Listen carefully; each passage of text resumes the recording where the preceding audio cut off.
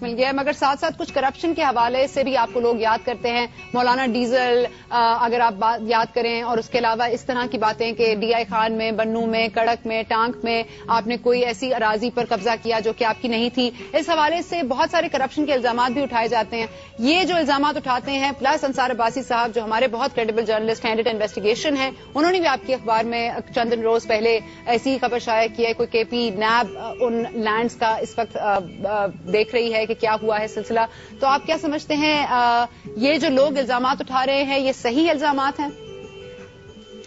میں ان الزامات پر لعنت بھیجتا ہوں. اچھا، اور یہاں تک لعنت اللہ علی الکاذبین کہہ سکتا ہوں. تو لعنت بھیجنے کا مطلب آپ کہہ رہے ہیں کہ یہ سب جھوٹ پر مبنی ہے؟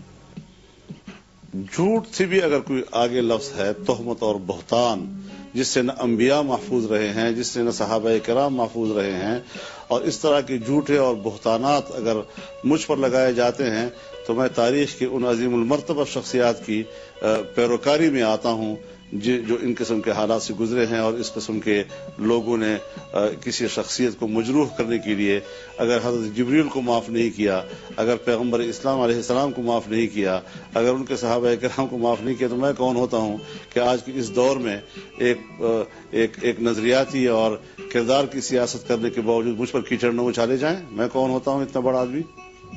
ٹھیک ہے، آپ نے ان الزامات پر بھی لعنت بھیج دی، مگر میں یہ جاننا چاہوں گی، جیسے نصیر اللہ بابر صاحب آن ریکارڈ ہیں، وہ یہ آپ کے بارے میں کہتے ہیں کہ وزیر داخلہ رہ چکے ہیں وہ بے نظیر بھٹو کے وقت میں، تو وہ کہتے ہیں کہ اگر آپ کو خوش کرنا ہو تو آپ کو قوم کے ملک کے خزانے کی چابی دے دی جائے. تو اس حوالے سے آپ کیا کہیں گے؟ نہیں، آپ کیا سوالات اس وقت اٹھا رہے ہیں؟ مجھے آپ ذرا اپنا مقصد بتا دیجئے کہ آپ کو کس نے فیڈ کیا ہے آج کی اس انٹرویو میں ان سوالات کو اٹھانے کے لیے. ذرا اس کی بھی آپ وضاحت کر لینا.